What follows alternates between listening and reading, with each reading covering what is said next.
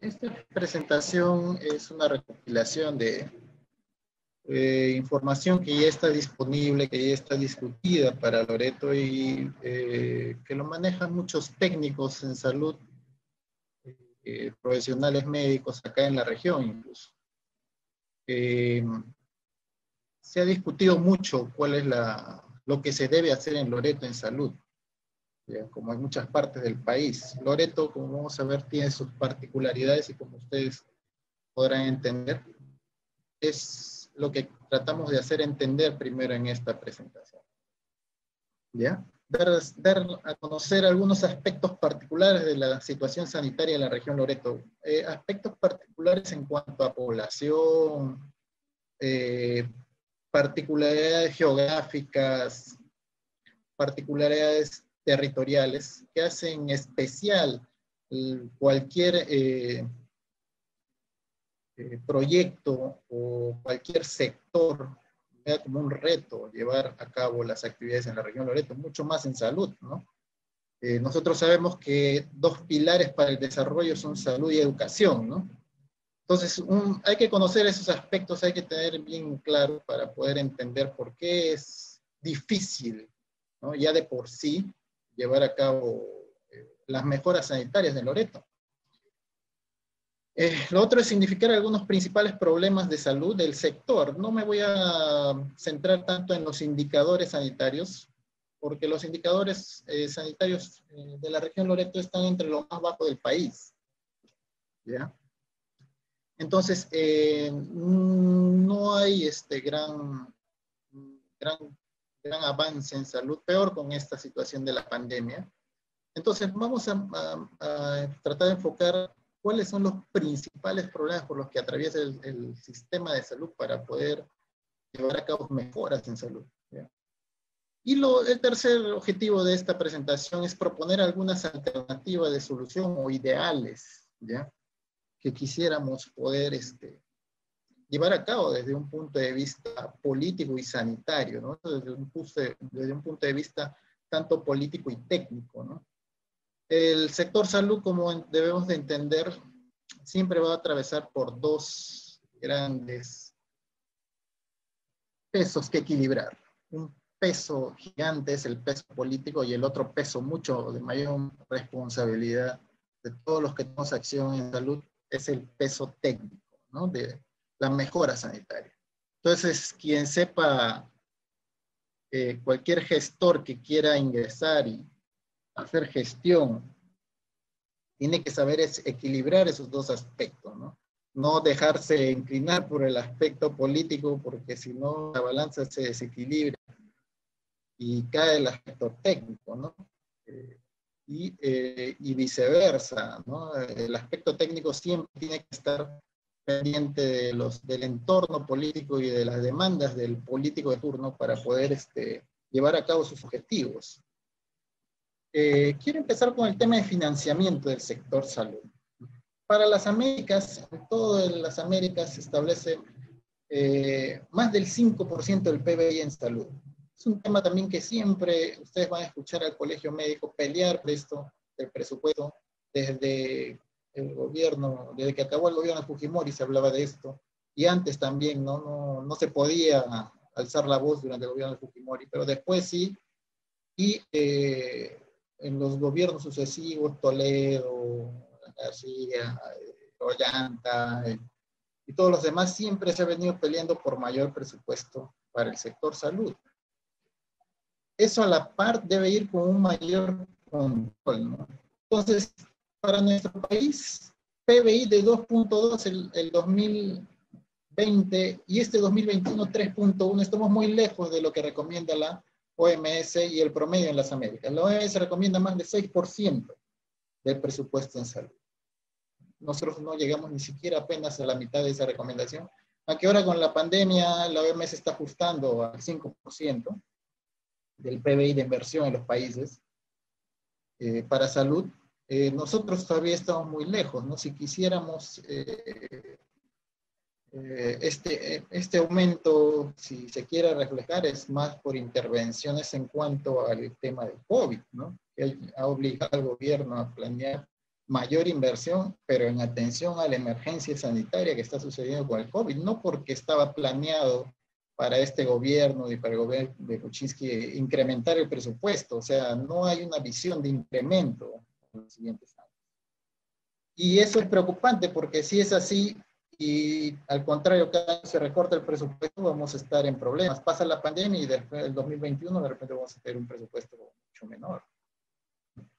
Entonces, pero las cifras que nos muestra el MEF y en su ejecución de presupuesto te dicen, mira, pero en millones de ejecución presupuestal, ¿por qué vamos a aumentar el PBI si cada año estamos aumentando el presupuesto y el gasto se incrementa, no mucho, ¿no? Ahora van a decir después del 2021 que sí, el gasto se ha incrementado, ¿no? Pero va a ser por efectos, como digo, de la pandemia. ¿Y en qué se va ese gasto, no? En 2020, ¿en qué se fue? Programas presupuestales, ¿no? Que son la respuesta a las necesidades sanitarias, el programa articulado nutricional, respuesta a TBC-VIH, lucha contra la anemia, mortalidad materna, ¿ya? Traslado, incluso todo lo que incluye el traslado de la situación de emergencia de las mujeres. Igual el resto de inversión en salud, ¿ya? Actividades de inversión, gasto per cápita.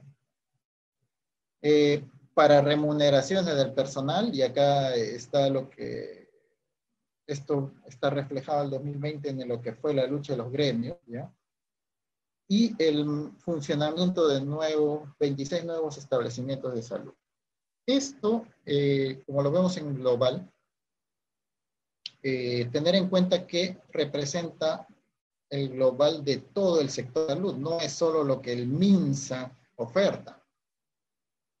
Entonces, estamos hablando de Fuerzas Armadas, estamos hablando de salud, estamos hablando de todo el presupuesto que se va en los sectores. Ten en cuenta que el presupuesto de salud también tiene propio financiamiento por parte de Economía y Finanzas, ¿no? Entonces, ante esa situación también hay que tener en cuenta algunos aspectos particulares del reto, ¿ya? Porque cuando se divide el presupuesto para salud, es injusto que a Loreto se le divida entre como una región más, ¿ya? Y no se toma en cuenta algunos aspectos poblacionales o de territorio, ¿no? Entonces, departamentos como Tacna o Ancash que pueden tener la misma cantidad de población, pero en una 20ª parte o de repente en una 6ª o 8ª parte del territorio que tiene Loreto no es lo mismo, ¿no? O darle a Lima y Callao, donde está concentrada la población, la misma cantidad de presupuesto que a Loreto, o sea, son cosas, o darle a Piura la misma cantidad de presupuesto no es equitativo, ¿no es cierto? ¿No? Porque solo viendo Loreto así en el mapa, ¿no? Y entendiendo su gran territorio, más casi el 30% del país, podemos entender recién que cualquiera de sus provincias, de sus 8 provincias, se puede comparar solo con la ciudad de Lima, ¿no? Miren en el mapa, Lima, cualquiera de sus provincias en territorialidad se puede comparar con Lima. De repente Yurimaguas estaría casi un poco inferior, pero el resto de provincias de Loreto, cualquiera es tan o mayor que Lima. Que hablando de todo Lima, no solo Lima Centro, ¿ya? Pero la población que tenemos estimada es de 1.039.372 habitantes en 2017. Entonces tenemos un octavo de la población, en casi 8 veces también el territorio que tiene Lima, ¿no? Si queremos compararnos con Lima. Y así si hacemos comparaciones con el resto de países, perdón, de regiones del país, vamos a ver que hay una gran desproporción, ¿ya? La densidad poblacional también lleva a eso, ¿no? Que esa densidad poblacional sea tan baja que tenemos pues 2.82 kilómetros. Amén de que tenemos la mayor línea de frontera totalmente descuidada, ¿no? Porque no hay una política de gobierno tampoco fronterizo, ¿no? Entonces, siempre tenemos ese problema de frontera, de la mayor extensión de frontera con los países vecinos, ¿no? Y no hay una política, no hay una estrategia geopolítica para afrontar esa situación. Entonces, siempre vamos a tener como latente el tema fronterizo también, ¿ya? Y en este vasto territorio, pues, hacer entender a veces a los técnicos de Lima la situación propia, que acá no hay carreteras, ¿no? Más que la carretera Iquitos-Nauti, de repente la Yurimaguas-Tarapoto, y por ahí otras carreteras que no son afirmadas ni asfaltadas, ¿no? Entonces, un plan ha sido eso, ¿no? Que hacer más carreteras, pero hay que medir el impacto, ¿no? De eso. Eh, Creo que alguien no me escucha.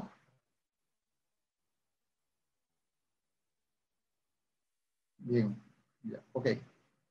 No voy a tan escribir por el chat que no se escucha. Bueno, entonces estos aspectos hay que tomar en cuenta, ¿ya? Para poder entender que acá no hay carreteras, el costo de transporte es altísimo y el tiempo también, ¿no? Dicen, ah, pero tienen ríos, pero no entienden que trasladarse en un río tiene un costo mucho mayor en tiempo, ¿no? Hasta 10, 15 veces mayor que usar la vía terrestre, que es muy común en zonas de la sierra o que puede ser muy común en zonas de la sierra y muy barata, ¿no? No como acá. Entonces, frente a esos desafíos, aparte del clima y las situaciones de creciente y vaciante, en esta zona de la selva baja de nuestro país, que es principalmente territorio de selva baja, ¿no? Tenemos esta situación, amén de que también usamos de los distritos más pobres, ¿no? Entre los distritos más pobres del país en la zona del Latén del Marañón.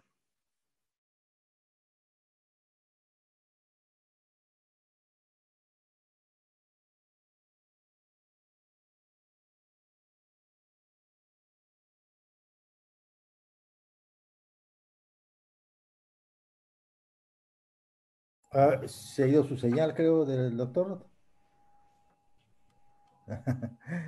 Sí, se ha ido la señal del doctor, así que vamos a esperarle un momento.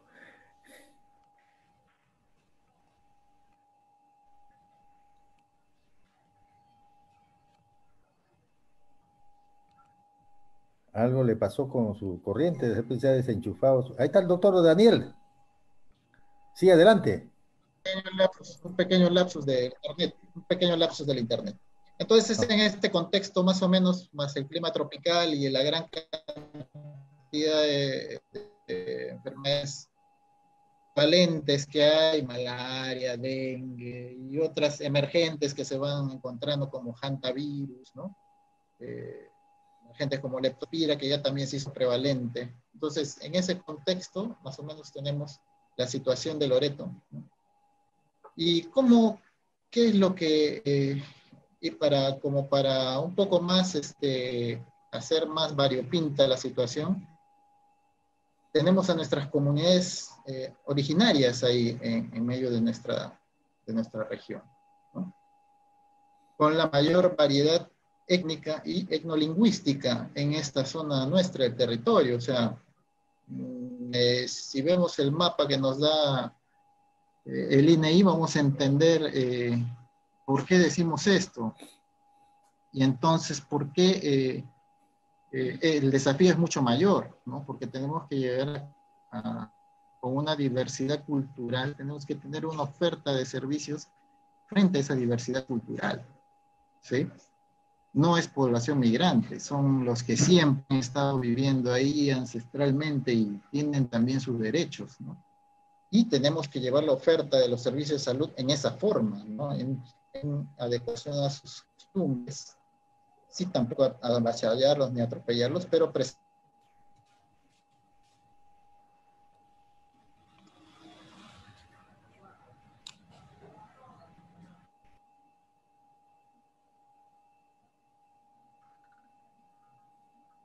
un poco la señal, me voy a disculpar. Entonces, miren, si Loreto tiene, todo Loreto tiene un poco más de 1 millón de habitantes, hemos dicho, ¿no? Entonces, imagínense, ¿no? Que una décima parte de ellos son comunidades originarias, ¿sí? Ahora, de ese 1 millón de habitantes, medio millón, poco más, solo más, un poco más de medio millón están en Iquitos, ¿sí? O sea, la concentración también en la capital de la región se lleva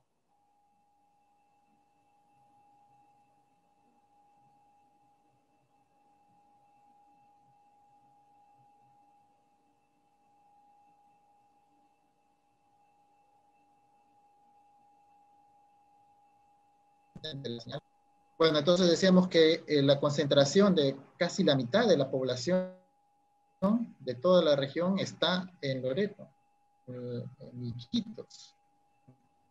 Entonces nos podríamos decir, ah, ya, pero más fácil, pues entonces concentramos la oferta de servicios en Iquitos. ¿Y qué haces con el resto de 500.000 que está disperso también en las otras zonas urbanas provinciales o periurbanas, ¿no? Rurales, ¿no? Entonces, es todo un desafío. Entonces, frente a ese escenario, ¿qué tenemos como oferta de salud? ¿Ya? Poco menos de 407 establecimientos, 3 hospitales del MINSA Gorel, bueno, en realidad del Gorel, ¿no? Ahora con el tema de descentralización, que ya vamos a hablar un poco también de ese proceso.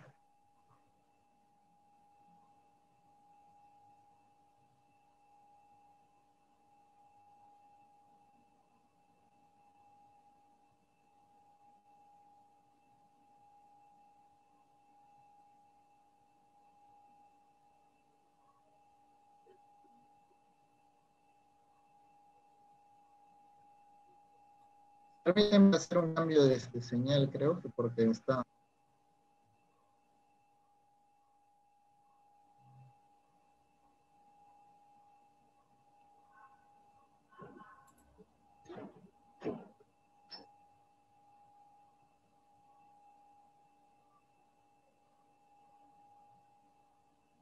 Adelante.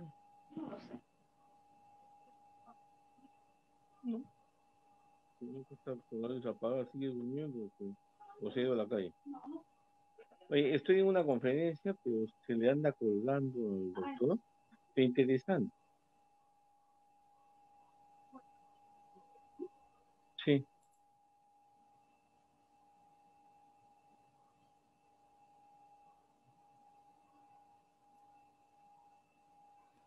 Un poquito de paciencia nomás, ya debe reintegrar su línea.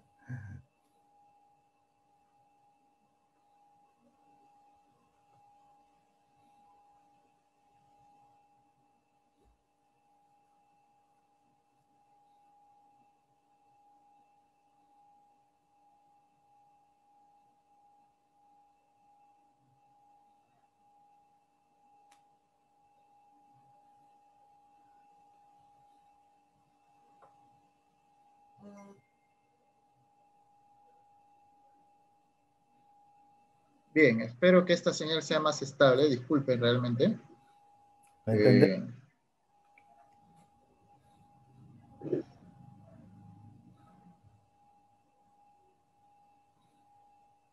Bien, entonces, espero que me puedan oír bien, ¿sí? Perfecto, perfecto. Ya, ok. Ahora sí Entonces, escucho mejor. sí, parece que esta señal está más estable. Bien, entonces, hablando de la oferta del sistema de salud para Loreto, ¿no? Cuando hablamos tenemos que identificar 4 actores, ¿no? MINSA Gorel, Salud, las Fuerzas Armadas y los privados.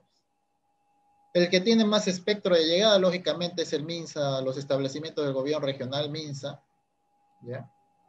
Salud, en ese orden, podríamos decir, están, ¿no? Espectro de llegada a la población. Salud tiene presencia en todas las capitales de provincia, ¿ya? Incluido Putumayo, ¿no? En el Putumayo, allá en la frontera, ahora tiene un centro de atención primaria. Siempre están con el problema de personal ahí porque no resisten estar mucho por allá. Las Fuerzas Armadas y los privados que están concentrados principalmente en la ciudad, igual que las Fuerzas Armadas, en la mayoría de establecimientos. Y nos da eso todo un espectro de 407 establecimientos, ¿ya? Para poder atender a la necesidad de salud de todo este vasto territorio. Si vemos del MINSA Gorel, 3 hospitales, Hospital Regional, El Iquitos y Santa Gema.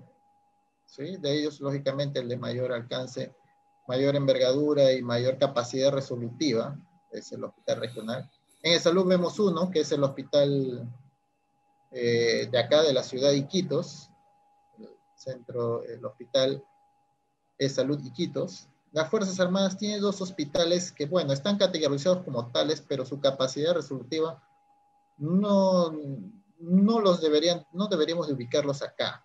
Y eso de repente funciona para los otros hospitales también, porque la norma de categoría dice una cosa, los requisitos para considerarlo, y si vamos a ser estrictos con la norma, de repente ninguno estaría en la categoría en que está. Por ejemplo, el hospital regional te dicen 3-1, no estaría en esa categoría por la falta de algunos equipos, falta de especialistas, ya no tiene determinados especialistas que debería tener un hospital de tercer nivel regional.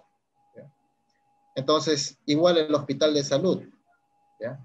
Mucho menos el de las Fuerzas Armadas, no tiene muchos especialistas, solo tiene un limitado número de especialistas, pero sin embargo está categorizado como hospital. Bueno, cuando nos vamos a ver los centros de salud con capacidad de internamiento, que pueden ser clínicas también, por eso le he puesto clínicas, del aspecto privado, ya las 5 clínicas que hay de los privados están concentrados en la ciudad, ¿ya? Uno de ellos tiene muy buena capacidad hospitalaria, que es la Clínica Nestal, es uno de los privados más antiguos y reconocidos. Y de las Fuerzas Armadas también tienen una clínica, policlínico, ¿ya? Y los centros de salud 1-4, solo tiene uno de salud con capacidad de internamiento, creo que funciona en Contamán. El resto son centros 1-3, donde solo se atiende de día, ¿ya? Y no tiene mayor capacidad para hospitalizar, para internar pacientes, porque hospitalización, hablamos de nivel hospitalario, pueden tenerlos ahí, ¿no? Por 24 horas, 48, pero no hospitalizan más tiempo. Entonces, el MINSA Gorel es el que tiene más presencia siempre, ¿no? Con mayor cantidad de establecimientos que llegan a... El problema es que de salud no va a llegar a muchos sitios donde el MINSA sí llega. Y acá ha habido problemas de intercambio prestacional. Siempre el MINSA ha dicho, ¿sabes qué? Yo te puedo atender a tus pacientes, pero salud, como tiene otros estándares de atención, nunca ha podido establecer un nexo de convenio para que los asegurados de salud se atiendan en los establecimientos del MINSA Gorel, ¿ya? Por una serie de situaciones, por una serie ¿ya? de situaciones, por disponibilidad de medicamentos, por falta de recursos humanos, etcétera, etcétera. Entonces ese intercambio siempre ha tenido una falla. Se ha hecho más factible acá entre hospitales en Iquitos con este tema del COVID, ¿ya? También ha generado ciertas discrepancias ahí entre los funcionarios, pero ya, el salud dijo, ya, te voy a pagar todos los pacientes de COVID que me puedas atender, dame una tarifa y yo te voy a pagar en base a esa tarifa, ¿no? Y eso es lo que está sucediendo más o menos ahora. Por cierto, el hospital de salud ya está colapsando. El hospital de salud de Iquitos ya está colapsando, ya no tiene camas UCI libres y tampoco tiene ya camas disponibles de COVID. Están viendo la disponibilidad de poner más camas COVID. Bueno, vamos a hablar de eso también más adelante. Y también, y el Gorel está empezando otra vez a recibirlos, porque estamos en esta segunda ola y estamos en creciente de casos. Y vamos a ver que esto realmente, lo que se puede esperar es que lleguemos a una situación de colapso nuevamente de los hospitales, donde nos falte oxígeno otra vez y lleguemos a esa situación. Entonces, esta es la oferta de servicios que hay. Pero los centros de salud 1-3, hay 3 que están concentrados en la ciudad de salud, de las Fuerzas Armadas 1, y de los privados podríamos hablar de centros de atención particulares, ¿no? De privados y ONGs, unos 8. Eso nos da pues un espectro, como les decía, de 407 establecimientos de salud, y en los establecimientos de salud más pequeños generalmente no hay profesionales de la salud, o son personal profesional temporal, son técnicos, o son sanitarios, o son personal que alguna vez de la comunidad aprendió a poner ampollas y ya ahí el sanicho, y el MINSA los encontró, ya te contratamos, y ahí se nombró, y ahí viven años en esos pueblos, ahí en esos puestos de salud pequeños. No es ni siquiera personal que tenga una capacitación continua. Entonces, no tenemos entonces una buena oferta tampoco del sistema de salud en la región, ¿sí? Bien, entonces, y en eso, en medio de esa oferta, con sus deficiencias en número y en calidad de personal y cantidad, tenemos la contingencia de la construcción del hospital Iquitos, ¿ya? Salud Iquitos estaba amplió sus áreas de emergencia. Como ven acá, esto no era área de emergencia, ahora todito esto es área de emergencia. Ya lo tenían pensado antes del COVID por el dengue, y en esto ha aparecido el COVID y han tenido que ampliar más áreas de atención, prácticamente improvisando, porque no estaba esto planificado en la infraestructura del hospital de, de salud de Iquitos. El Hospital Santa Gema en Yurimaguas es nueva infraestructura, pero con muchas serias observaciones se ha puesto a funcionar, más por necesidad y más que por una cuestión técnica ya que se haya resuelto. ¿Ya? Se ha tenido que aceptarle ya, ¿no? Si la gestión del gobierno anterior, del gobierno regional, no pudo resolver ese tema y esta gestión lo ha recibido y el hospital está ahí ya. El proveedor ha dicho, yo ya tengo terminado, no sé por qué no me levantan mis observaciones, estoy esperando que me paguen.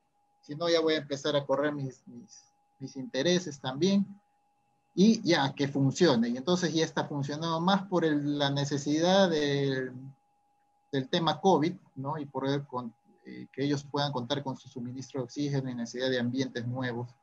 Es que ya está funcionando este hospital, así como decimos acá en Loreto, mal que bien, está funcionando una infraestructura nueva, con serias observaciones, ¿ya?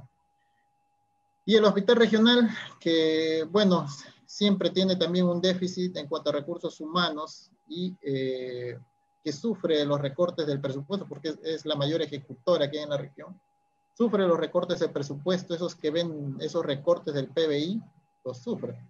Pero, por ejemplo, ahora le llega presupuesto para COVID, pero es insuficiente, ¿no? Para la necesidad. Y dos, ya hemos llegado a un punto en COVID, ustedes lo habrán visto, de que se puede disponer de más de ventiladores, más camas, pero ya llegamos a un punto en que no encontramos más personal de salud para que pueda atender a ellos. Entonces, si no se frena la necesidad de atención de COVID, de camas UCI desde el primer nivel, como lo venían proponiendo el colegio médico, vamos a llegar a un colapso definitivamente.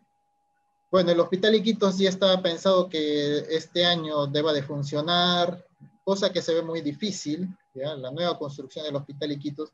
Y lo que era el Hospital Iquitos anteriormente está funcionando en el Hospital Militar, en uno de los hospitales. Entonces decíamos, este es un aspecto de oferta, y el otro aspecto de oferta son los profesionales de la salud. ¿Ya? Un tema puede ser la infraestructura, el equipamiento, y el otro tema de la oferta tiene que ser el personal de salud.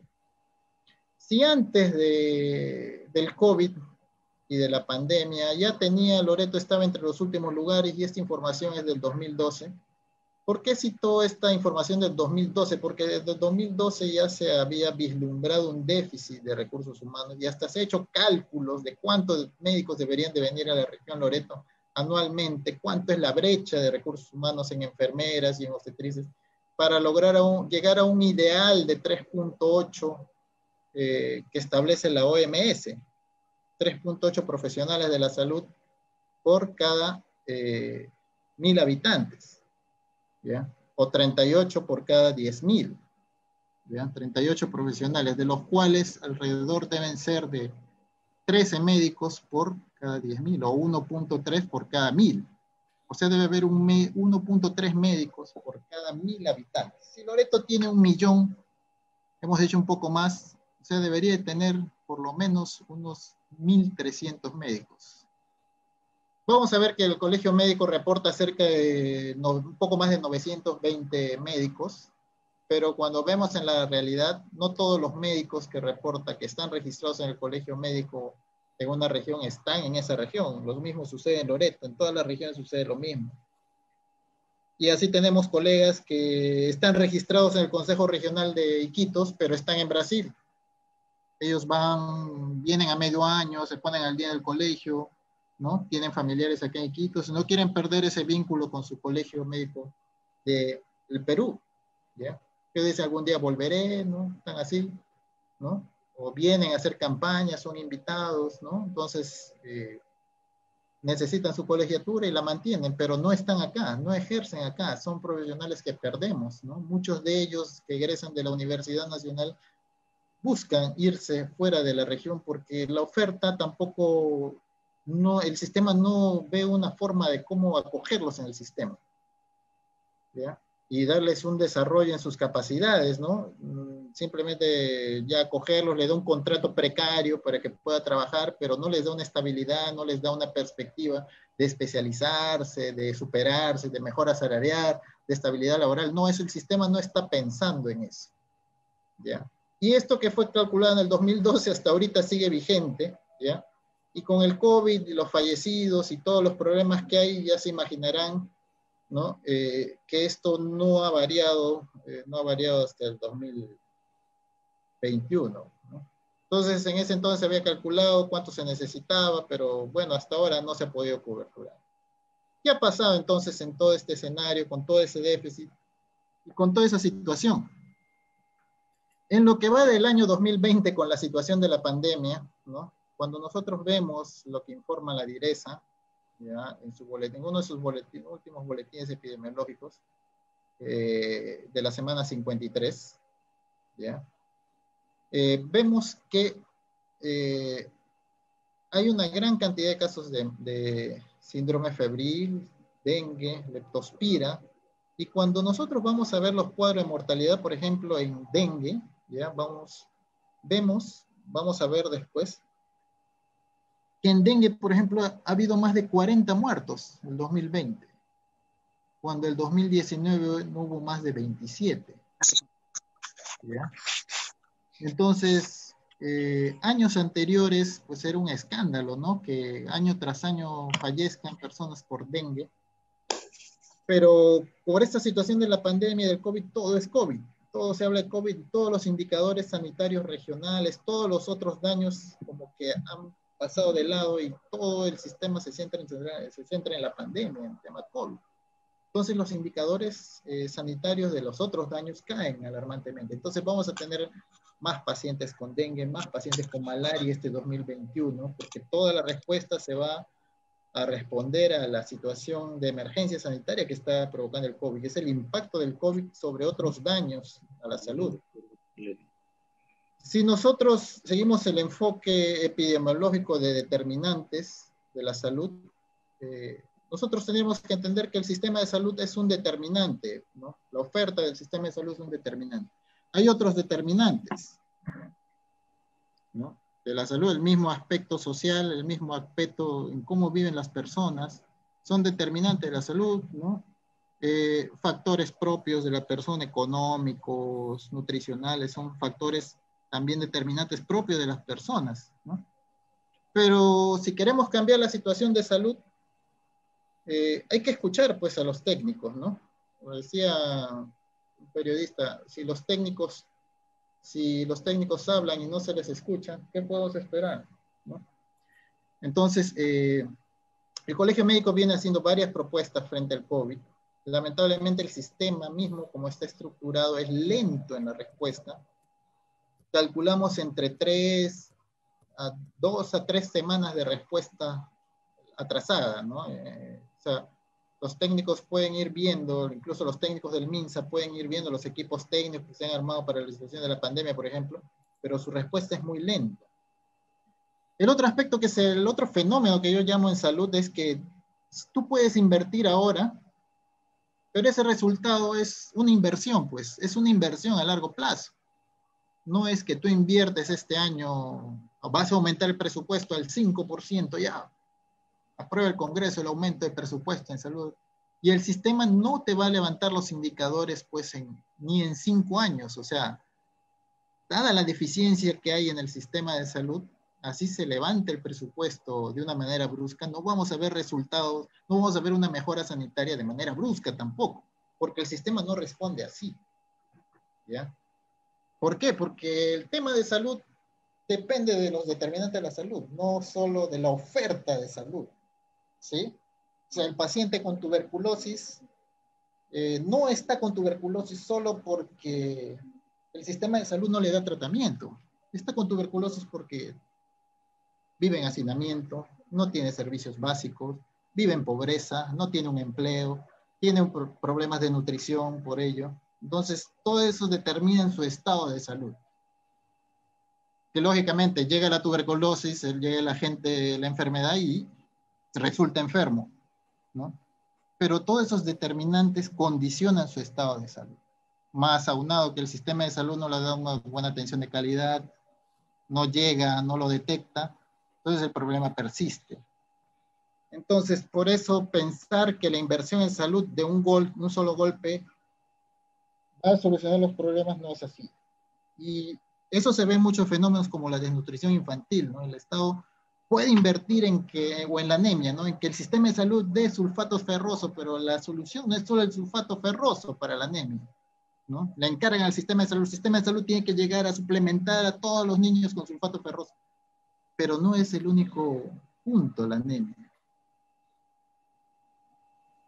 ¿Por qué? Porque ese niño nace ya anémico, nace de una madre anémica, entonces llegan unas condiciones sanitarias en que va a tener diarrea, infecciones respiratorias y eso van a agravar su estado de salud y desarrollo, van a acentuar su anemia, no se va a nutrir adecuadamente, etcétera. Determinantes que no van a depender del sector salud. Entonces, cuando dicen, ¿por qué no mejora la anemia? Responsabilidad salud, falso. No es responsabilidad solo de salud, ¿no? Entonces, eso es un aspecto que debe ser entendido. Aparte de las grandes deudas que tiene el sistema con el personal de salud, ¿ya? Entonces, en medio de todos esos problemas, todas esas deficiencias, el personal de salud también tiene sus demandas, ¿no? El personal de salud espera que también el sistema los trate mejor, ¿no? Y antes de que se diga, pero los médicos y los enfermeros, el personal de salud son, ya el gobierno les da mucho, hacen huelga todavía, ¿no?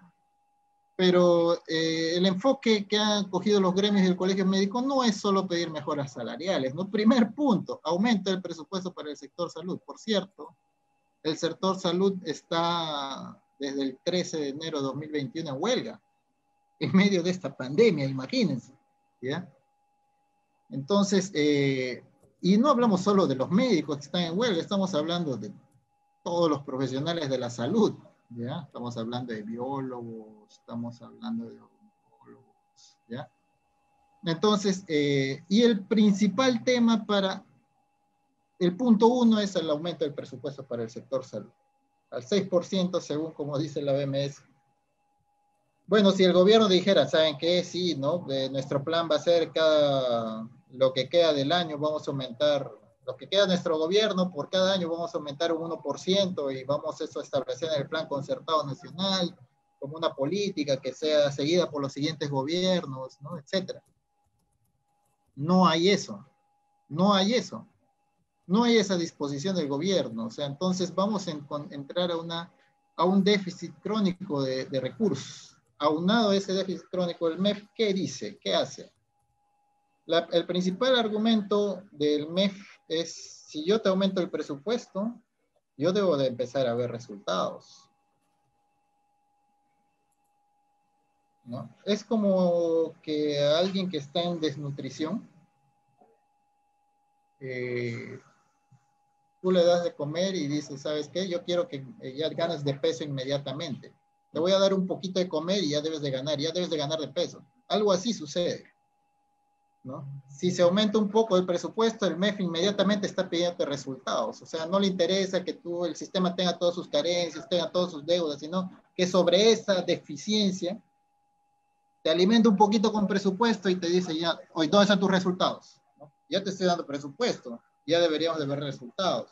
Y entonces ahí viene el otro tema que les decía. Las inversiones en salud no son temas que vamos a cosechar de acá, de un año para otro, 2 años, de manera evidente, ¿ya?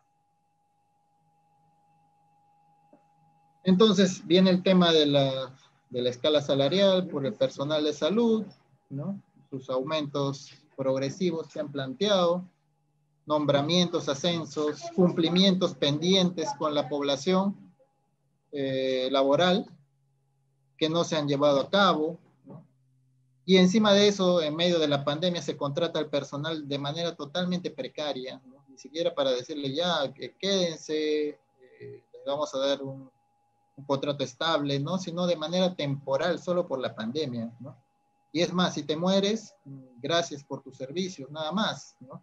Y ni siquiera una carta de agradecimiento, Entonces, el que entra, el médico o la enfermera que entra a trabajar en esta situación de la pandemia no tiene ningún beneficio adicional si se muere infectado por COVID. Entonces, amén que no se le dé el equipo de protección adecuado, y entonces estamos realmente muchos profesionales como mártires en medio de esta pandemia, ¿no? Como algunos lo reconocen, el Estado lo reconoce, pero solo de boca, ¿no?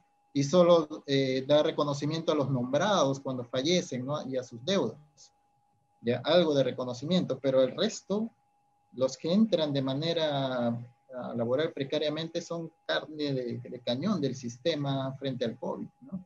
Es lamentable decirlo, ¿no? Entonces, y encima a esos precarios no se les paga oportunamente, se les hace esperar un mes, 2 meses, ¿no? Acaba el mes, cobran al siguiente mes y así los tienen, ¿no? Entonces, y sin bonos, ¿no? Entonces, solo bonos para los nombrados, para los contratados, para los contratados también, pero para aquellos que han entrado temporalmente, no, porque ellos tienen un presupuesto distinto, etcétera, y mil excusas para pagarles un bono por la situación del COVID. Bueno, entonces también el sistema de salud es el principal incumplidor de sus normas, por cierto, ¿ya? Salen buenas normas, tiene de salud del MINSA y el sector salud. Quizás el que más cumple es de salud porque tiene más sistema de fiscalización, tiene un aparato burocrático y de control mucho mejor que del MINSA, ¿ya? Pero en el MINSA es muy lábil, el control es muy laxo, ¿ya? Y eso pues se ve hasta en el trabajo hospitalario, ¿no? Hay veces dicen, no, pero los médicos pues trabajan a medio tiempo, después se largan, pero en el salud no, dicen, en salud tienen que estar porque hay un vigilante ahí en la puerta que les controla, ¿no? Eso también corre siempre a voces, ¿ya? Son particularidades de producto de la fragmentación del sistema de salud. En realidad un peruano debería de atenderse con la misma calidad, tanto en el MINSA, tanto en el salud, como en el sector privado, deberíamos de encontrar casi la misma calidad de atención, lo cual no sucede, ¿no? ¿Por qué? Porque cada uno se crea una isla pues, de fragmentación, ¿no? No, yo soy de salud, yo tengo mi ley, ¿no? Yo me rijo para el presupuesto de los asegurados, de los empleadores que pagan, ¿no? Por la salud de sus derechohabientes, de sus trabajadores, y bueno, yo no dependo tanto del presupuesto en sí del Estado, sino del presupuesto que pagan los empleadores, ¿no? Yo tengo mi ley, a mí nadie me toca, y pues esos han sido los problemas para poder unificar el sector del MINSA con el salud y las Fuerzas Armadas, ¿no? Las Fuerzas Armadas también dicen, nosotros no dependemos directamente del MINSA, ¿no? Más que normativamente, pero presupuestariamente, ¿no? Nosotros tenemos nuestro personal, nosotros pagamos como Fuerza Armada nuestro personal, y bueno, pues, ¿no? Así estamos. Ustedes son ustedes, nosotros somos nosotros, ¿no? Entonces, nosotros tenemos nuestra población, ustedes atienden a su población, como si fueran partes del país diferente a los peruanos a los que se les atiende. Esa es la fragmentación del sistema, otro de los problemas que se observa. En medio de ello, el COVID, la segunda ola. Bueno, no voy a hablar de la primera ola porque ustedes ya saben gran parte de la historia de la primera ola, pero ya en enero se veía en todas las regiones, ¿no? Miren, finales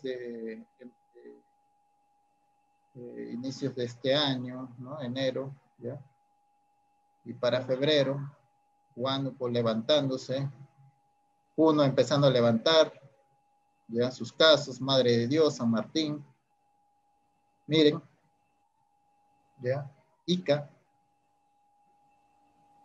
principios de enero, diciembre nomás ya estaba Ica ya con problemas, igual que Huánuco. Lima, miren, desde diciembre, ¿no? También aquí Ancash, ¿ya? Callao, Junín, todos los que ven en amarillo, en su colita, ya estaban empezando a tener problemas desde diciembre. ¿Por qué toco este tema del COVID? Porque es un tema vigente, es un tema que nos va a venir azotando todavía 2 años más, calcula. Todo este 2021, ojalá Dios quiera que llegue hasta el 2022 y ahí acabe el tema, ¿no? No aparezcan nuevas variantes, nuevos mutantes. Se calcula que por lo menos 2 años vamos a tener, que sería el 2020 y el 2021.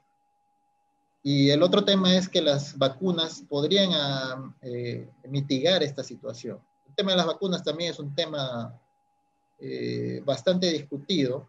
Técnicamente, científicamente debemos de apoyar los profesionales de salud el tema de las vacunas, porque son elaboradas con una rigurosidad científica, pero dado este contexto de la pandemia, muchos de esos plazos para la ejecución de los estudios en la vacuna se han acortado. Entonces eso ya, pucha, a los entendidos te hace pensar y dicen, bueno, todas las vacunas que se están aplicando en el mundo para el COVID ahorita son estudios de fase 3, o sea, todavía están en estudio.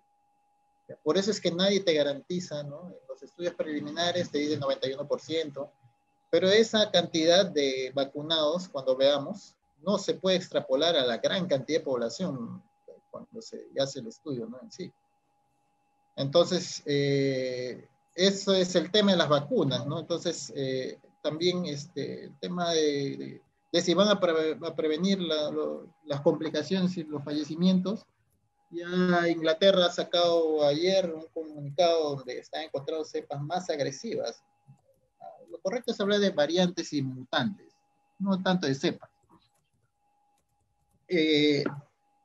Y esas variantes, ¿qué impacto van a tener en la mortalidad si con el virus original tenemos más de 100.000 muertos en el país, ¿no? En una diferencia, el MINSA solo reporta como 37.000 fallecidos por el sistema. Recordemos que en las comunidades alejadas no hay sistema estadístico, o sea, ahí fallece alguien y ya, ¿dónde le entierren? En un cementerio clandestino cerca del pueblo, donde nadie lleva una estadística, donde nadie lleva un control de cuántos han fallecido, ¿no? Entonces, cuando se ve los registros de mortalidad solo en lo formal, ¿ya? En SINADEF se ve una diferencia en mortalidad, ¿ya? Solo en el registro formal, ¿eh? 100.000. Lo que el MINSA está reportando dice 37.000. Pero cuando tú sumas y restas, dices, ¿por qué el 2019 si fallecieron 114.000, 2020 y 2012? ¿Por qué nos dicen que esos 103.000 pueden deberse al COVID? Ojo que estos 103.000 pueden ser muertos también indirectamente por el COVID, o sea que no los mató precisamente el COVID, pero los agravó. Por ejemplo, alguien que tenía insuficiencia renal, el COVID llega, le daña más su riñón y lo deja ahí con mayor daño renal y esa persona termina muriendo por insuficiencia renal. No lo mató el COVID, pero después se muere porque el COVID le dejó una lesión y entre los fallecidos como insuficiencia renal, pero murió como consecuencia del COVID, del ataque del COVID. Entonces es el impacto sobre la mortalidad. El MINSA, a través de SINADEF, tiene registrados 37.724 el 2020 fallecidos. Pero como decimos, estos son los identificados formalmente en el sistema, ¿no? ¿Cuántos más el impacto del COVID? Miren, casi hay una diferencia como de 63.000, ¿no? Más de 63.000, más, ¿no? 66.000 de impacto en mortalidad del COVID, quizás no directamente, sino indirectamente, ¿no? Entonces, cuando se aclare eso, realmente estaremos en otra situación. Entonces, eso también cuando se lleva a gráficos nos hace ver por qué es lo que ha estado pasando en el país, ¿no? Entonces, y sale pues los análisis de la misma información que está en el SINADEF, de lo que está formalmente identificado, ¿no? Y vemos las defunciones por todas las causas, el 2020, cómo se ha disparado, ¿no? En el canal de defunciones, ¿no? Se ve el límite superior y el límite inferior a las curvas que están acá, pero con defunciones por todas las causas y durante el efecto del COVID, se ve el gran impacto que ha tenido sobre todo a medio año en el país, ¿no? Entonces, impresionante. ¿Y cómo está Loreto en el tema de COVID? Según el reporte último acumulado, ya, hasta hace unos días de fin de mes, de enero, ¿no? Se tenían 175 hospitalizados. ¿Ya? Lo que llamaba el director regional la atención era que tenía 66 fallecidos. Hasta el día de ayer dijo que teníamos ya 71 fallecidos. Esto es al cierre del 29 de enero. 66 fallecidos. El 2021. ¿Ya? O sea, Loreto ya está en su segunda ola. Como les decía, de salud ya está colapsando ya sus camas. Están habían retirado un pabellón de camas en el mes de octubre, noviembre, se había instalado durante medio año, julio, agosto, septiembre. Se habían retirado esas camas, eran como 60 camas que se habían instalado para atender a los pacientes COVID. Y se habían retirado dentro de esas camas portátiles, móviles, esos espacios móviles que había instalado de salud en varias partes del país. Pero ya está evaluándose nuevamente instalarlo y salud, por ejemplo, ya llegó a su tope, ¿no? Ya llegó a su tope de camas hospitalizados por COVID. Y está empezando a pasar pacientes al hospital regional. Lógicamente bajo la tarifa que habíamos dicho, ¿no? Las prestaciones tarifadas, y el hospital regional va a empezar a atender pacientes de salud, pero para que salud les pague después, ¿no? Los casos que se están investigando hasta el momento, 1.634, ya, descartados 3.000, casi el doble, ¿no? Un tercio de confirmados, o sea, cada 2, 3. El tema de reinfecciones no deja de ser tan frecuente como se estaba pensando, ¿ya? Y no es que todavía tiene partículas virales de ARN en su sistema respiratorio y esos son falsos positivos. No, son pacientes con cuadro clínico de COVID, que ya tuvieron COVID el año pasado y hoy están haciendo nuevamente cuadro clínico, se hace nuevo PCR y sale positivo. ¿Ya? Entonces, de esos hay bastante. Entonces, la reinfección es un tema, no deja de ser un tema frecuente. ¿Ya? Entonces, por edades de vida, ¿y quiénes están falleciendo más? Siempre los varones, ¿no? Por sus factores de riesgo quizás más marcados en relación a las mujeres, como obesidad y problemas cardiovasculares que son más acentuados en los varones. ¿Sí? Esto es una tendencia mundial, ¿ya? Los varones siempre están mostrando más riesgo de fallecer por COVID que las mujeres, ¿no? Es algo que se observa. Entonces, en aislamiento domiciliario, pero hay una buena cantidad de altas clínicas y epidemiológicas. O sea, el sistema está buscando y atendiendo. El gran reto va a ser reforzar la respuesta del sistema en las comunidades más alejadas, ¿no? Y se han estado trasladando pacientes, por ejemplo, de Ramón Castilla, de la provincia de Ramón Castilla, hacia Maynas, hacia Iquitos, ¿no? Para ser hospitalizados en el hospital regional, porque tenían necesidad de ventilador, de camas UCI, ¿no? O porque no había ya suficiente provisión de oxígeno, ¿no? Un paciente puede llegar a requerir 2, 3 balones de oxígeno cuando está a 3, 4 litros por día, ¿no? Por minuto. Entonces al día puede requerir unos 2 a 3 balones a bajo consumo de oxígeno. Pero si es un paciente que requiere algo con alto consumo de oxígeno y le tienes que subir a 7, 8, 10, al máximo 12 litros, ya es un paciente que ya debe entrar a ventilación, ¿no? Porque está haciendo mucho esfuerzo y el aporte de oxígeno que le estás dando no está respondiendo a su situación. Entonces se han estado trasladando pacientes por el sistema de referencia, pero el problema va a ser cuando la segunda ola llegue de nuevo a las comunidades. Y el problema va a ser para Iquitos, y el problema va a ser nuevamente el tema de oxígeno. Si bien es cierto, hay mayor provisión de oxígeno, ahora hay más plantas en cuanto a la primera ola, la oferta de oxígeno ha aumentado, pero no debemos de confiarnos, ¿no? El sistema de salud está ahora llevando la atención, ha seguido las recomendaciones de los expertos y de gente que está en el colegio médico también, y está abriendo la oferta a brindar atención COVID en los establecimientos del primer nivel, ¿ya? Hay un plan de la DIRESA que está buscando dar provisión de oxígeno en los establecimientos del primer nivel. ¿Por qué? Porque ahí también tenemos profesionales, equipos de profesionales, sobre todo en Iquitos, ¿ya? Que pueden brindar atención con oxígeno a aquellos pacientes y no necesariamente esos pacientes tengan que estar en el hospital, ¿ya? Igual, los partos, todo el sistema de atención hospitalaria de partos se puede hacer en algunos centros y se está haciendo, se está reforzando la atención de partos en los establecimientos 1-4 más grandes de la ciudad de Iquitos, ¿ya? Para poder descongestionar el nivel hospitalario, ¿ya? Pero eso se está haciendo lento. Eso se va a aplicar todavía en 2 semanas. Y recuerden, hemos dicho que el sistema de salud está atrasado 2 a 3 semanas. Lo que hoy pensó ya debió haber estado hecho hace 2 a 3 semanas. No, lo que hoy se piensa, el sistema de salud recién lo está implementando en 2 a 3 semanas. Y en esas 2 a 3 semanas tienes la ola que sigue creciendo y el sistema va a llegar a un momento en que va a colapsar. La previsión es que puede colapsar el sistema y la respuesta estaría en los establecimientos del primer nivel, ¿no? Como ya han recomendado los expertos. Si el sistema colapsa en el nivel hospitalario, debe haberse espacios de atención en el primer nivel, provisión de oxígeno. Pero la demanda de oxígeno puede aumentar y el oxígeno puede llegar a escasear, y ese es otro problema, el oxígeno como medicamento. ¿Qué hacer? Comprar vacunas desesperadamente, las vacunas que todavía están en proceso de investigación, fase 3, la mayoría de ellas. Ya se está viendo resultados, ya se está viendo que tienen protección.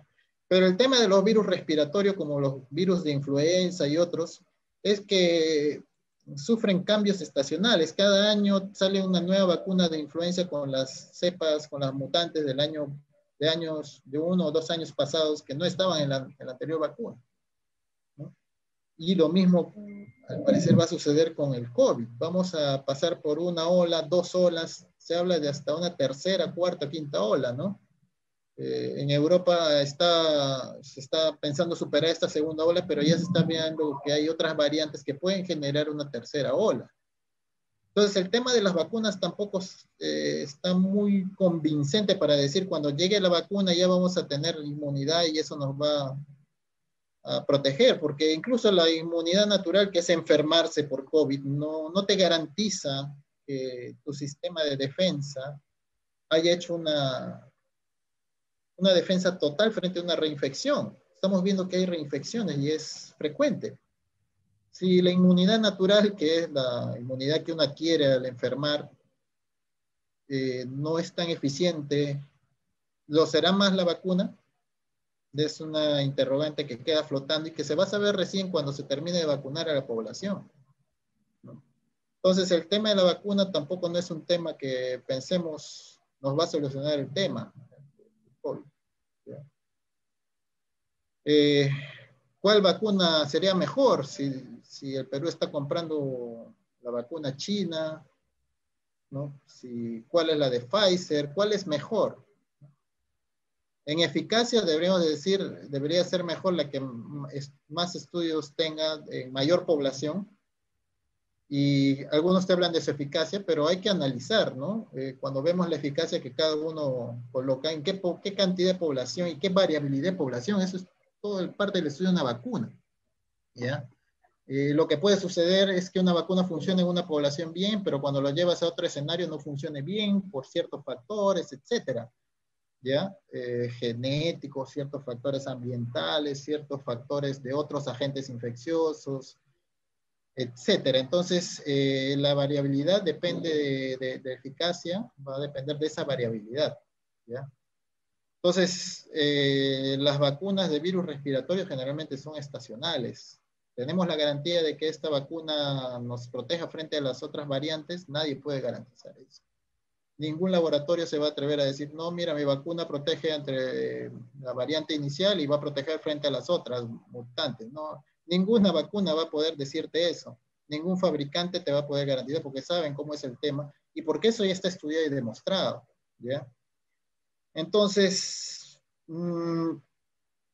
a veces muchos dicen, pero el Perú no ha comprado las vacunas, ¿y por qué no ha comprado? Y, ¿no? Es algo que hay que tener también con bastantes pinzas, ¿no? Y no pensar que la vacuna nos va a solucionar todo el problema, ¿no?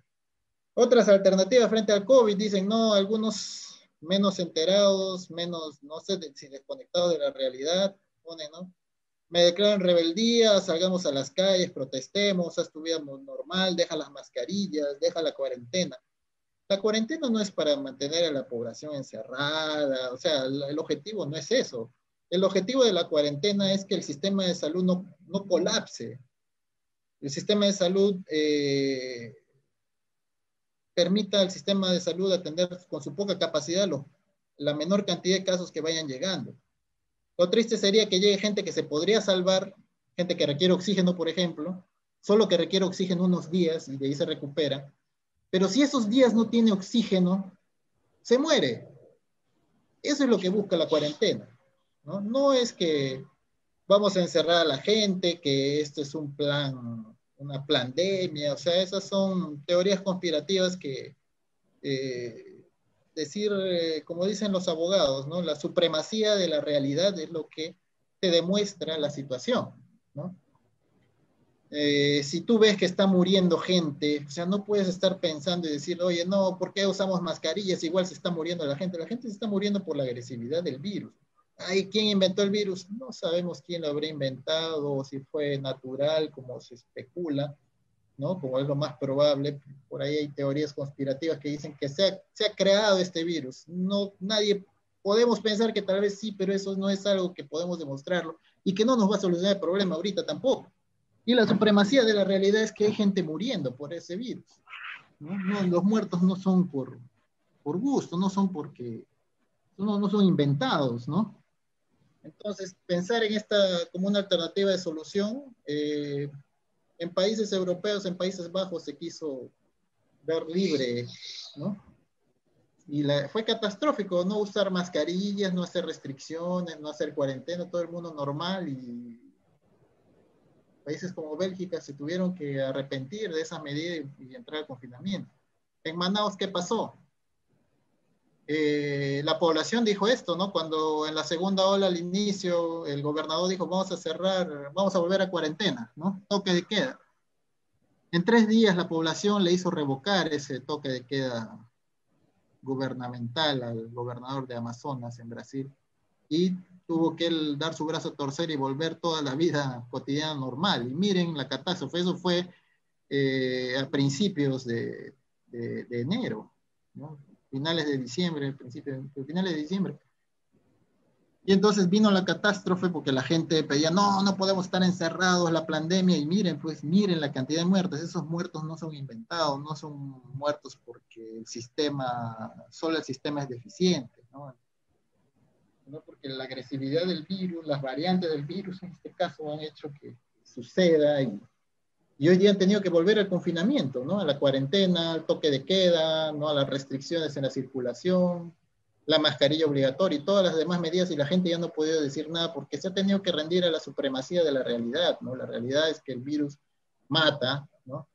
Mata en una pequeña proporción, y entonces, ¿por qué se da la segunda ola? De todas maneras, se esperaba una segunda ola del virus. Recuerden que las medidas de contención hacían que el virus no colapse el sistema de salud.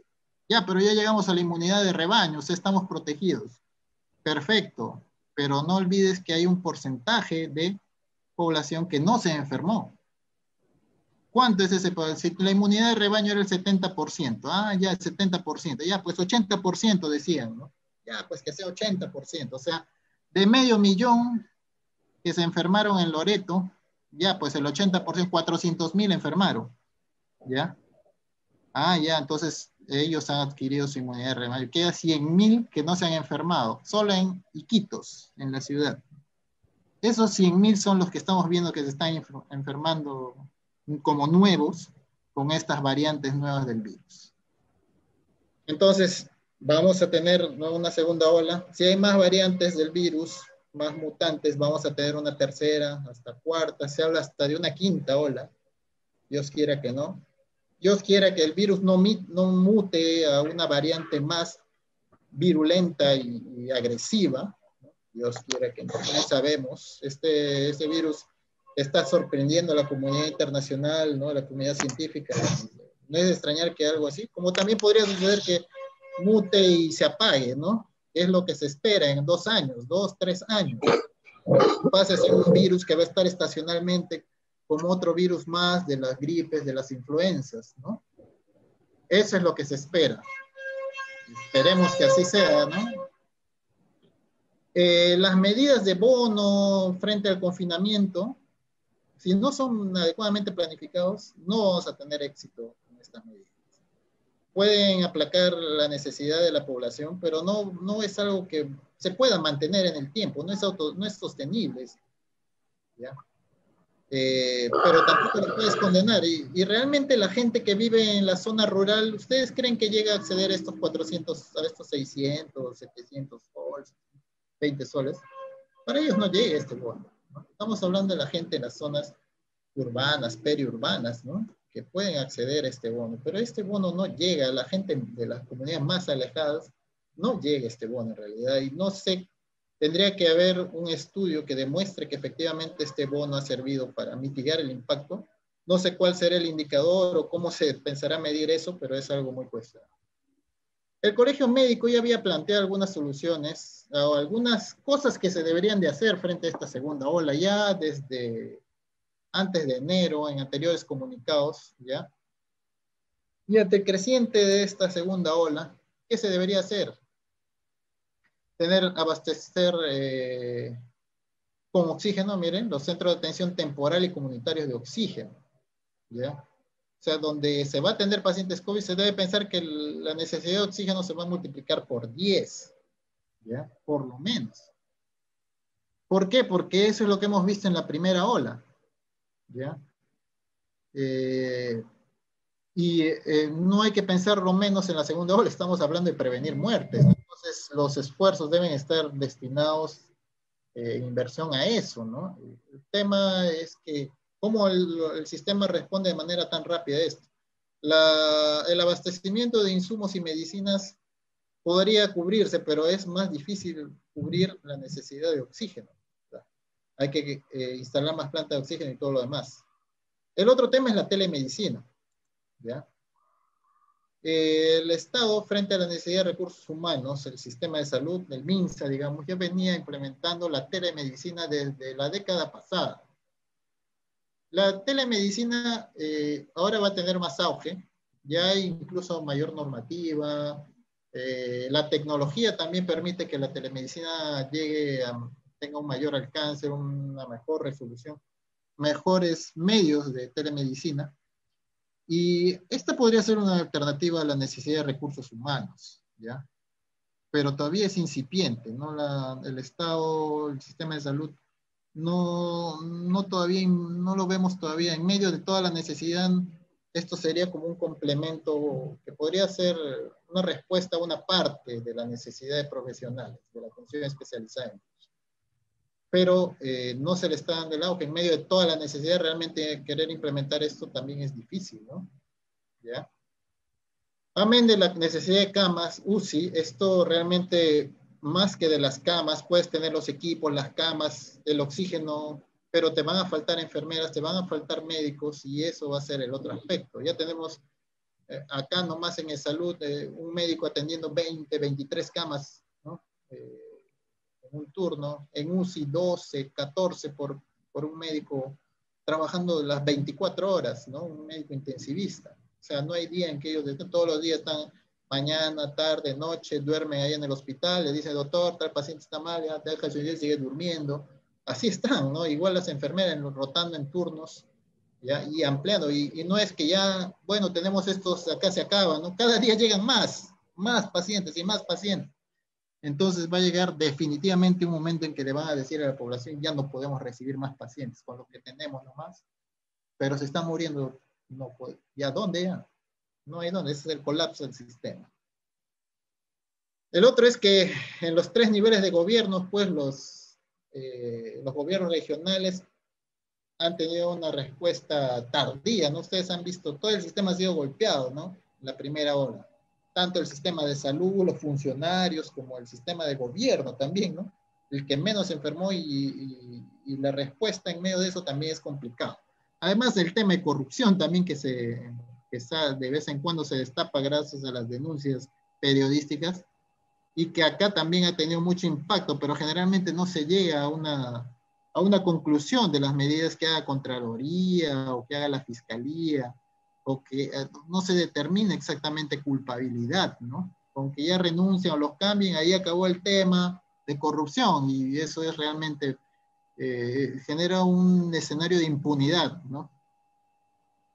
Bueno, y los gobiernos distritales, pues que muy poco se han comprometido con el tema de la pandemia y pocos están haciendo por mejorar la situación de salud, ¿no? de su población, ¿no? Como que con ellos no es el lío. ¿Sí? Entonces, el sistema de salud afronta algunos problemas. Principal problema de desfinanciamiento.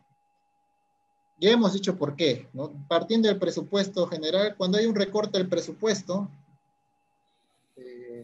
amén que este año digan que se puede haber incrementado a 3.1, pero si no hubiera, como les digo, no hubiera sido ese presupuesto,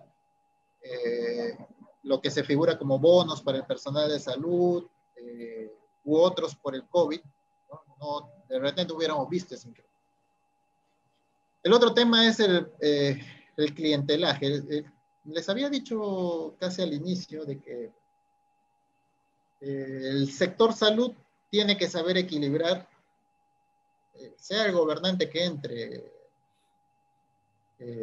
regional, y ponga sus directores, sus gerentes de desarrollo social y todo, tiene que saber equilibrar el aspecto técnico con el político. Si no hay ese equilibrio, el sistema se va al colapso. Es lo que pasó con los dos últimos gestiones, y que también durante la gestión de Iván Vázquez no fue tan notoria, pero hubo mucha metida de mano política, y eso trajo los indicadores. Si ya de por sí los indicadores estaban afectados, traérselos abajo, ¿no? Y hacer que Loreto sea la última región en emergencias sanitarias, brotes de dengue, brotes de rabia, hantavirus, brotes de leptospira, ¿ya? ¿Por qué? Porque no hay una inversión en los determinantes, no se aborda, ¿no? Y hay una intervención política, partidaria más que política, digamos, ¿no? Política partidaria, cuando entra un gobierno regional nuevo, ¿no? Entonces cree que es como cambiar funcionarios, ¿no? Ya salen los funcionarios que estaban con la gestión anterior, entre el gobierno regional, ponen sus funcionarios, y creen que en salud es igual. Creen que todo el sector también es central, y dice ya todos los que estaban contratados fuera. Y cuando tú dices todos los contratados fuera, no está diciendo solo los del aparato administrativo, estaba diciendo todos los contratados que atienden en centros, puestos y hospitales, ¿no? O sea, tú no le puedes mandar de un día a otro a esa enfermera, a ese técnico que está atendiendo en un puesto, que está atendiendo en el hospital, decirle, sabes que ella mañana ya está fuera, ¿no? Van a venir otros, ¿no? Porque no funciona así el sector, se viene abajo, y eso es lo que ha pasado. Entonces, cada tras elección regional estamos viendo eso, que se revienta la planilla de contratados con nuevos. Y eso también porque el sistema de contrataciones, el CAS, lo permitía, ¿no? Salía normas de servir donde decía, la nueva gestión que ingresa tiene cierto porcentaje de poder cambiar sus CAS, ¿no? Y entonces se acogían de eso y querían reventar la planilla del sector salud metiendo a personal nuevo en reemplazo de otro ya existente, con incluso competencias y todo lo demás. E incluso hay veces cambiando profesionales por técnicos. Querían despidiendo profesionales, enfermeras, médicos, para meter técnicos. Entonces decía, oye, ¿qué están haciendo? ¿No? ¿Cómo vas a despedir a un médico, dos médicos que tienen un puesto de salud, y vas a querer por despedir a un médico meter 6 técnicos?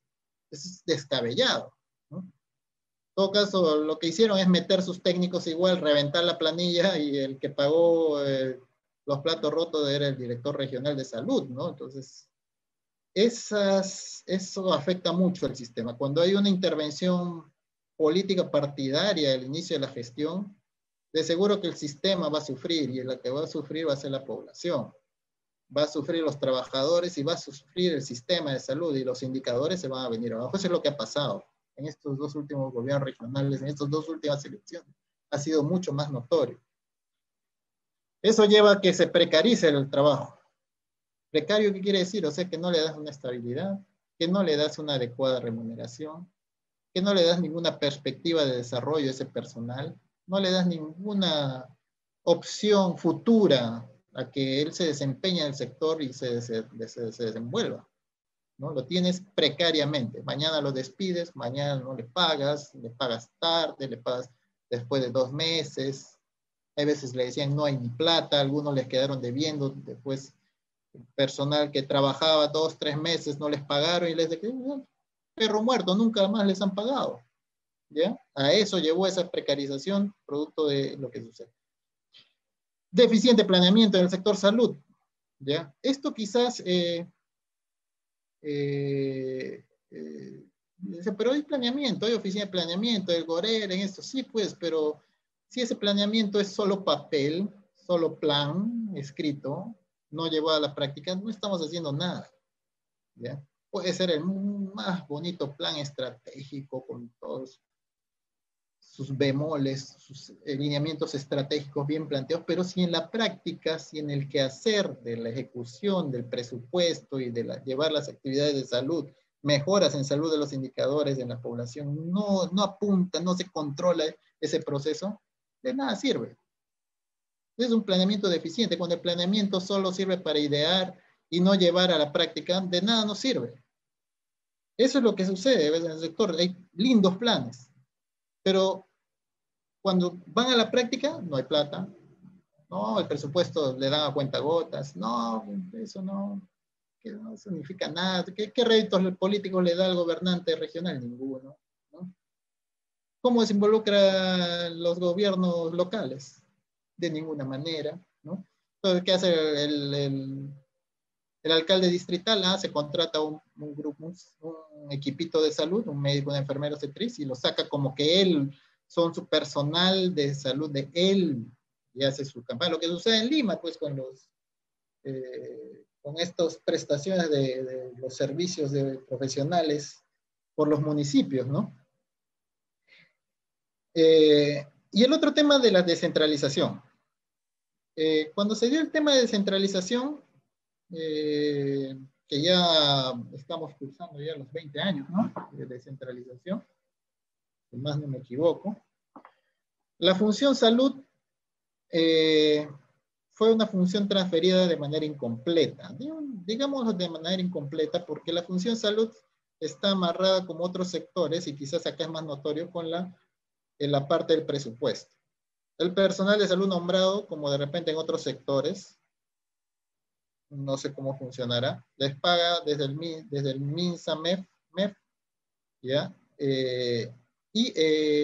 Todas las mejoras para ellos están en eso. Entonces, la función salud en varios aspectos no se ha cumplido con la transferencia completa, ¿no? Con decirle el MINSA, dice, no, eso es cuestión del gobierno regional, que el gobierno regional ve de dónde saca plata para atender sus necesidades de salud, ¿no? El gobierno regional ha sentido sus más grandes golpes de Loreto, ¿no? Quizás leer el libro de esta tesis que nos plantea el profesor al inicio, antes de la exposición. ¿Qué ha pasado en Loreto, no? El desfinanciamiento de Loreto. ¿De qué vive Loreto? ¿De qué vive Loreto? ¿El comercio? ¿De la madera? La madera ya fue, ya no se puede extraer madera, ya no es un comercio rentable, ni visible, ni algo que dé auge, ¿no? El petróleo ya fue, ustedes ya saben por qué, ya no hay actividad petrolera en la región de gran envergadura. Entonces, ¿de qué vivimos? Del presupuesto de la República y del comercio privado, ¿ya?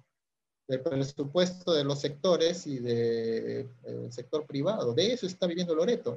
¿Cuánto de cuál? Es lo que nos digan los economistas. Y en esa deficiencia de presupuesto, la función de salud no se puede cumplir completamente, ¿ya? Amén de eso, que el sector salud tiene poca modernización, ¿ya? Si la poca modernización lleva poca capacitación también del personal para responder a las demandas de salud más avanzadas, los problemas de salud más complejos que tengan, ¿no? Entonces tenemos infraestructura y equipos que no son tan modernos. Cuando se compra algo de equipos modernos, uy, ¿no? Es todo un show, todo un rédito político para el gobernante, ¿no? Pero hay poca modernización del sistema, ¿ya? Fragmentación, ya hemos visto que los de salud atienden a su población, los del MINSA atienden a su población, los de las Fuerzas Armadas atienden a su población. Cada uno tiene su presupuesto, cada uno es una isla en salud, ¿no? Y los privados atienden pues a los que quieran atender si puedan pagar los servicios, que lógicamente para la gente más de menores recursos nunca va a ser una opción poder llegar a atenderse en un privado, ¿no? ¿Ya? Esa fragmentación del sector también es un problema, ¿no? ¿Por qué? Porque es una fragmentación de presupuesto y de los intereses en función a sectores de poder, digamos, que hay dentro del sector, ¿ya? Frente a esa fragmentación, el MINSA ha quedado mal parado. A lo largo de los años, con el proceso de descentralización y la fragmentación, el MINSA no ha podido responder. Sale una norma del MINSA, ¿ah? Cada uno lo adecua según sus requerimientos y sus necesidades, y el MINSA no puede decir, oye, ¿sabes qué? ¿Por qué no lo aplicas? Te voy a sancionar. Entonces, como no lo podía hacer el MINSA, se creó su salud. Entonces, para el policía del sector salud, para lo que diga el MINSA, ahora va a ser su salud, que es el que va y dice, ah, ya, mire, ¿sabe qué tú de salud? No estás cumpliendo con lo que dice el MINSA, te vamos a multar con 10 UITs. La próxima, 100 UITs. Otro problema, acá son 1000 UITs, y es su salud la que tiene que sancionar, porque el MINSA no puede hacer cumplir lo que ellos mismos determinan, ¿ya? Porque cuando sacan una norma, esa norma no viene con presupuesto tras lo que están sacando en papel escrito, en una resolución ministerial. Entonces sigue el desfinanciamiento del sector. Le das más funciones, le sobrecargas más al sistema para atender la necesidad de salud, pero no lo financias. No financias esas nuevas funciones, esas nuevas responsabilidades y esa nueva mejora en el sistema de salud. Y seguirá el desfinanciamiento. Y no podemos decir, no, pero somos un país pobre, no hay plata.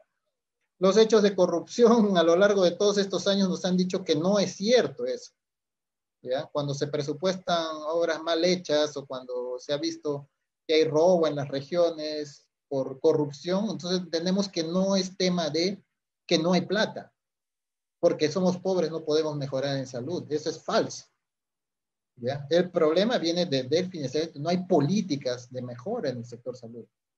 No hay una política real de financiamiento y de mejora, de un plan de mejora de la salud. Eso es crónico, es un mal crónico este tema. Entonces, menos pues va a tener poder de rectoría el MINSA, ¿no? Cuando saca una norma y frente al desfinanciamiento, no poder decir, oye, lo primero que sale en su resolución ministerial, esta actividad, esta directiva se va a aplicar con el presupuesto institucional de los gobiernos regionales, o sea, papel sin financiamiento. Y cuando el MEF aprueba un proyecto o una financiación, no hay mecanismo de control institucional. Entonces, el tema de corrupción es otro tema que también golpea duro el sistema. Amén, si hay, como en nuestra región, situaciones de emergencias y desastres. Hemos visto en los temas de, por ejemplo, leptospira, con fallecidos, hemos visto rabia, con fallecidos, ¿ya? Brotes de rabia. El sistema no tiene una adecuada respuesta, o sea, tiene técnicos preparados, ¿no? Pero la situación política en determinados momentos hace que no haya una buena respuesta, ¿ya?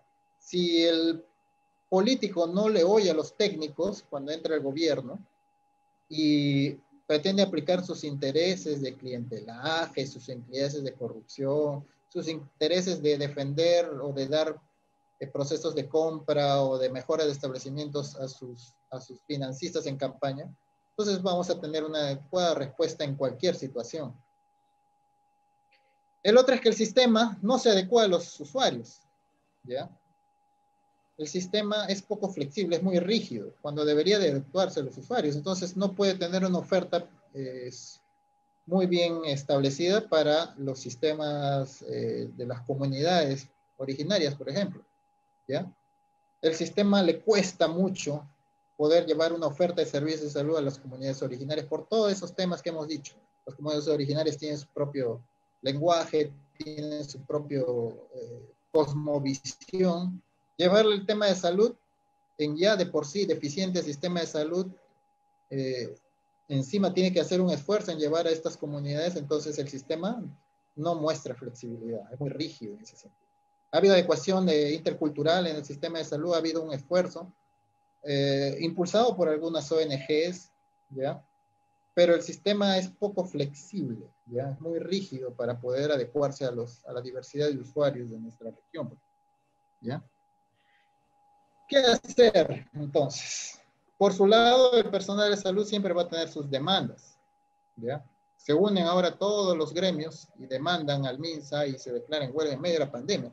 Pareciera sorprendente, ¿no? Que el gobierno atienda estas demandas y que al contrario, no está terminando la primera ola y ya comienzan a despedir a todo el personal y se dan cuenta que, pucha, ¿por qué los hemos despedido otra vez? Hay que contratar porque está empezando la segunda ola. O sea, sin una planificación se despide al personal sin entender, sin escuchar a los técnicos, a los entendidos, que puede haber una segunda ola, que hay que mantener el personal contratado, que hay que mantener ese sistema personal que se ha tomado precariamente, que hay que responder a las demandas de los gremios, a esa deuda que ya de gestiones anteriores se ha establecido con los gremios, ¿no? A pesar de la pandemia. No solo se trata de que el gobierno saque bonos para los profesionales de la salud o para el personal de la salud, bonos durante el COVID, no. Y hay una deuda previa, igual que el tema crónico de desfinanciamiento del sector, y hay una deuda de compromiso con los gremios, y entonces, ¿cuándo se va a atender eso? ¿No? El personal de salud llega al agotamiento y eso es parte del colapso del sistema. El personal de salud también como personas quizás reciben toda la presión del sistema y tienen que resignarse a ver morir a la gente cuando el sistema colapsa, tienen que resignarse a escoger quién tiene más opciones de vivir, ¿ya? Tienen que trabajar sobre tiempo y el sistema quizás no les va a reconocer eso, ¿ya? Entonces, el sistema va a sufrir, ¿no?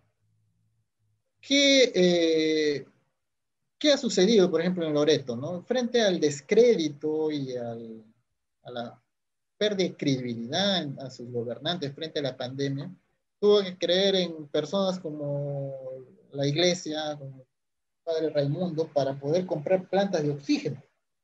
O sea, la gente ya no confía en que los gobernantes puedan responder al problema sanitario, ¿no? Sino que confía en entes extra gubernamentales, ¿no? Como la iglesia, como las ONGs, ¿no? O como las organizaciones en paralelo que estén en paralelo al sistema de salud, pero que no sean parte del sistema de salud. Proyectos muy buenos, por ejemplo, de control de malaria, como PAMAFRO, ¿ya? Han dado sus frutos en controlar la malaria, pero mientras estuvo el PAMAFRO, se buscaba controlar la malaria, se veían resultados significativos. Pero se fue PAMAFRO y el sistema otra vez entró en su descontrol de la malaria, ¿ya? Entonces, puede ser una alternativa de solución que se financia a través de ONGs o esto. O sea, hay algunos que me van a decir, no, pero las ONG responden a intereses extra país incluso, ¿no? Habría que ver qué casos. Si son organismos paralelos de la OMS, hay proyectos que han corrido muy bien, ¿ya? Cuando la OMS está detrás de ellos, ¿ya? Y cuando le pone candado a los presupuestos, ¿ya?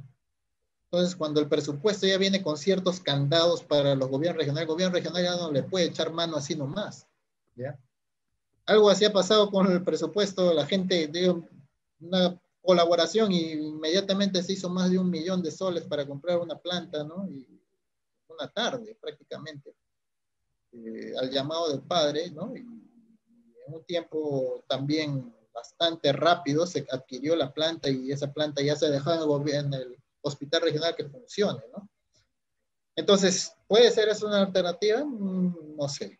Entonces, ¿qué hacer frente a todo esto? ¿Qué tendrían que hacer los políticos? ¿Qué tendrían que hacer los técnicos de la región Loreto, del país, para mejorar la situación de salud frente a toda esta pandemia? Ya, la pandemia, pues ya igual, va a dejar sus estragos, va a dejar los muertos, hay que responder, el sistema hay que empujar para que responda, pero ¿qué hacer? ¿Qué hacer? Entonces, el principal plan es a mediano y largo plazo. Tiene que haber un pacto pluripartidario, o sea, tiene que haber esos consensos partidarios de mejora de la salud. En todos los movimientos políticos deberíamos de ver, ¿no?, qué ofrecen en salud. Ustedes cuando ven los congresistas que hacen su campaña al Congreso, ninguno habla casi de salud. ¿De salud para qué van a hablar? Si el Ministerio de Salud, el gobierno, como que el tema no es con ellos, o sea, el tema de salud no es importante, ¿no? Y tal vez educación sí hablan, pero de salud muy pocos. Y pocos candidatos no tienen una, ni siquiera se asesoran para poder tener una opinión de salud, ¿no? Los problemas más álgidos y tener una alternativa, una propuesta. Entonces, ¿cómo hacer esos planes y que esos planes trasciendan al gobierno para gobierno? Pactos pluripartidarios en temas de salud y de repente también llevar esos pactos para que se cumplan, cada gobierno, sea quien sea, tenga que cumplirlos. Deben de estar alineados con el plan de desarrollo regional, nacional. Bien. Siempre a demanda de aumento del presupuesto debe ser no solo del personal de salud, ¿no? La población también debe decir, ¿por qué no tenemos buenos hospitales? ¿Por qué no invierten? Y la población lo primero que hace es exigir a los médicos, ¿no? O sea, van a un hospital, van a una emergencia, doctor, ¿por qué no hay medicinas? ¿Por qué no hay eso? Cuando creen que el médico que está ahí es el que debe de poner las medicinas, que por él no hay medicinas, ¿no? Porque ese es el sistema como pone a los profesionales en la primera línea y hacerlos ver como ellos son los responsables, ¿no? De todas las deficiencias, y no es así. El otro tema es que hay buenos técnicos en la región Loreto, pero pocos quieren entrar en política. ¿Por qué? Porque dicen, te metes en política y gane o no gane tu partido, tú ya vas a quedar como un patito feo. El patito feo de los técnicos ya politizados, ¿no? Cuando no debe ser así, ¿no? Los cuadros técnicos de partidos deben aspirar al mando político, ¿no? O estar cerca al mando político para la mejora del sector salud. Pero no, el tecnicismo, y está más detallado en varios textos, los políticos usan a los técnicos, ¿no? Y los técnicos, así como tienen una visión técnica, deberían de tener, aspirar un mando político en algún momento, ¿ya? Lo que vemos necesariamente es que no los mejores técnicos se meten a política tampoco en la región. En cuanto a salud estoy hablando. Entonces es un llamado a los técnicos en salud a entrar al escenario político. Más de una vez con buenos técnicos de la región, yo les decía, ¿y por qué no? Si ya sabemos cuál es más o menos el escenario, los problemas, ¿por qué no? Pucha, ¿no? Una vez que te metes en política ya como que quedas marcado, ¿no? Entonces, es el apoliticismo de los técnicos, ¿ya? Y como les digo, de los profesionales que se meten en política, en salud, de repente, no todos son buenos, ¿no? De repente hay que ver el movimiento y su trayectoria para poder juzgarlo, hay que tener mucha pinza. Y eso la población no capta, ¿ya? Eso lo podemos ver nosotros entre profesionales, entre, eh, entre gente involucrada en el sector, pero la población en pie, los de los otros sectores no lo ven, ¿ya? Y hemos dicho por qué debe ser así, porque el sector salud es muy sensible a las intervenciones políticas, ¿no? En esa balanza entre lo político y lo técnico. Y si se va a financiar en salud, ya saben que tiene que ir con una mejora en el control de la ejecución del presupuesto. Sería una alternativa que esa ejecución se crean extra institucionales al sector, como, no sé, organismos, comités, llamémosle, no sé, algún tipo de organización que pueda controlar esa ejecución de presupuesto y no caiga en tema de corrupción en las construcciones, en las contrataciones, o por ahí en algún otro seminario del foro en otra región de ella, como que ya está en el ADN el tema de la corrupción, ¿no? En los funcionarios, ¿no? Entonces es algo que se tiene que mejorar los mecanismos de control, ¿no? Entonces, si no, vamos, los presupuestos que se inyecten para mejora en compras de equipos, por ejemplo, pueden caer en temas de corrupción, ¿ya? Y lo otro es que los técnicos y políticos, sobre todo los técnicos en salud, siempre combinarlos a que participen en organizaciones de base, ¿no? Gremios, contacto social, ¿no? Juntas vecinales, y siempre ver que ellos tengan una probidad, ¿no? Y mantengan sus principios en su quehacer, en contacto en estas organizaciones, ¿ya? Esos podríamos decir que deberíamos buscar como cuadros para formar un movimiento, una idea de nueva generación, mejorar salud, educación y impulsar un desarrollo, ¿no? O sea, pero son pocos los que se dedican a hacer actividades de base, estar en contacto con las organizaciones sociales, ¿no? O crear organizaciones tipo ONGs u organismos de financiación externa, etcétera, ¿no? Entonces, cuando veamos ahí, de repente esos son los técnicos que necesitamos contar en una organización para mejorar en salud, ¿no? Invertir ahora en salud, ya les he dicho, no esperen, ¿no? No sean como el MEF, que te da un poquito de presupuesto y ya quiere ver resultados, ya, ¿no? Y eso no funciona así, por todas las deficiencias que tiene el sistema, ¿ya? Entonces, para avanzar en algo, recién en 3 años se ven los cambios. O sea, un gobierno regional que entra, si entra con pie derecho, haciendo mejoras, poniendo buenos técnicos, no teniendo intervención, aumentando el presupuesto, evitando su corrección, recién va a haber buenos resultados en 3 años, ¿ya? Algo de mejoras ya visibles en 5 años, ya cuando ya no estén de gobierno regional. O sea, el siguiente gobierno regional puede cosechar eso, ¿ya? Y si ellos mantienen eso, eso se va a mantener por 5 a 10 años. Recién vamos a ver mejoras en la condición sanitaria de la población. O sea, el tema de inversión en salud no es un tema de inversión a corto plazo, definitivamente. Su impacto siempre se va a ver en 5 años. ¿Por qué digo 5 años? Porque el tema más visible de los indicadores es la desnutrición infantil y la anemia, por ejemplo. Eso no lo vas a variar en un año para otro, como haciendo intervenciones solo en salud, sino que ampliando tu escenario de inversión en temas orientados a salud, pero en diversos puntos. Mejora sanitaria, mejora de infraestructura sanitaria, agua, desagüe, ¿no? Mejora de alimentación, disminución de la pobreza, etcétera. Eso va a mejorar. Es una inversión más allá de salud también.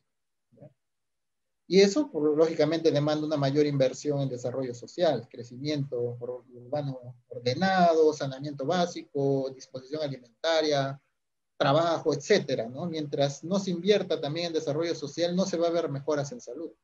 Es por consiguiente lo que se espera.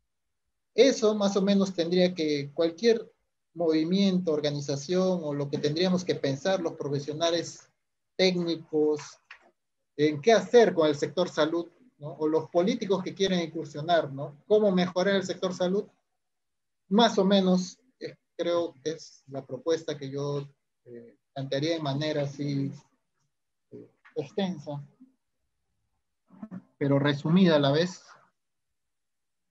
frente a esta situación. Bueno, agradecer, ¿no? También recordar a los médicos y una mención a todos aquellos que han brindado su vida al servicio de pacientes en esta pandemia del COVID que han fallecido, de manera especial a 2 amigos míos, ¿no? Uno que me recibió en la universidad y me orientó más por las ideas de izquierda, y otro a quien yo orienté más, a Héctor Herboso, cuando él ingresó, ¿no?